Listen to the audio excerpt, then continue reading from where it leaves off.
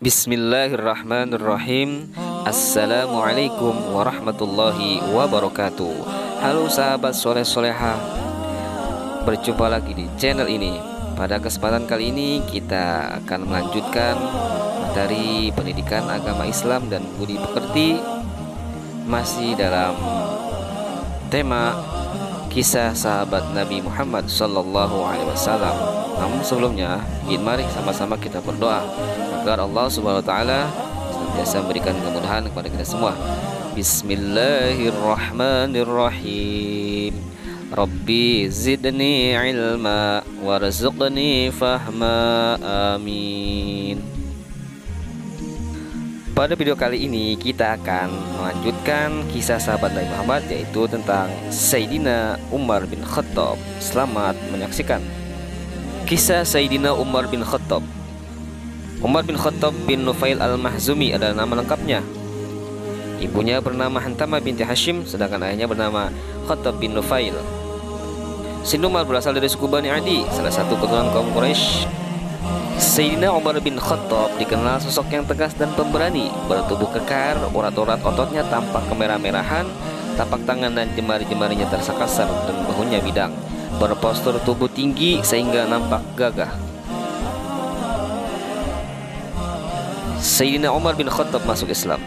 Sayyidina Umar masuk Islam pada tahun ke-5 setelah kenabian.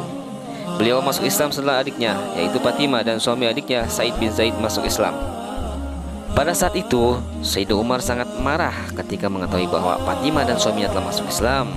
Kemudian Sayyidina Umar mendatangi rumah adiknya. Pada saat itu, Khabbab bin Arat sedang membacakan Al-Quran kepada Fatimah dan suaminya. Melihat Umar datang, lantas Fatimah langsung segera menyembunyikan Al-Quran yang dipegangnya. Singkat cerita, Sayyidina Umar masuk Islam ketika setelah membaca lembaran-lembaran Al-Quran yang berisi surat Toha ayat 1-8.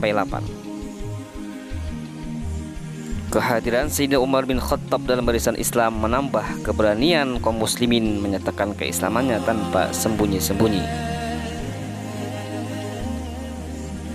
Sayyidina Umar bin Khattab mendapat gelar Al-Faruq. Rasulullah memberi gelar Al-Faruq kepada Sayyidina Umar bin Khattab. Al-Faruq yang artinya pemisah antara yang hak dan yang batil. Kekhalifahan Sayyidina Umar bin Khattab.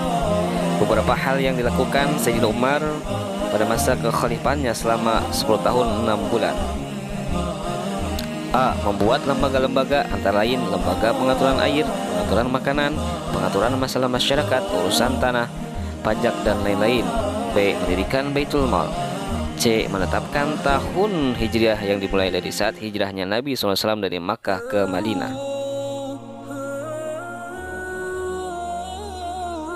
D. Membuat mata uang dari emas atau dinar dan dari perak atau dirham.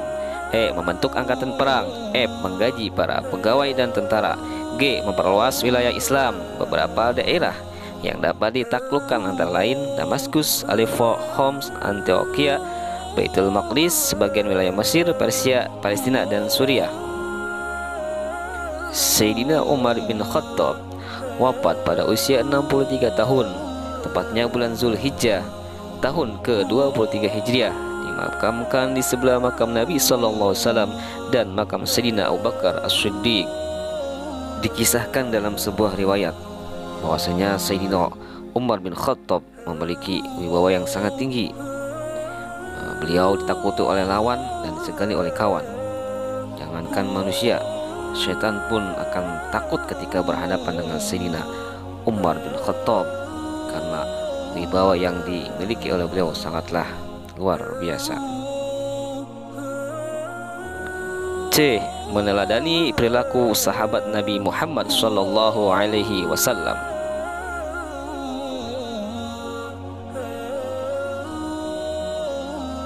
Yang pertama, Sayyidina Abu Bakar As-Siddiq.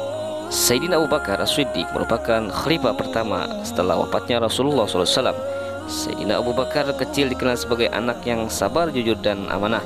Sayyidina Abu Bakar tumbuh menjadi seorang pemuda yang tidak pernah melakukan perbuatan yang menyimpang. Sayyidina Abu Bakar tidak pernah menyembah berhala dan berjudi. Sabar, jujur, amanah merupakan perilaku yang dapat kamu teladani dari Sayyidina Abu Bakar. Selanjutnya yaitu Sayyidina Umar bin Khattab. tegas dan pemberani, yang merupakan sikap yang menonjol dari Sayyidina Umar bin Khattab. Sebagai seorang muslim, kamu harus meneladani sikap terpuji Sayyidina Umar bin Khattab.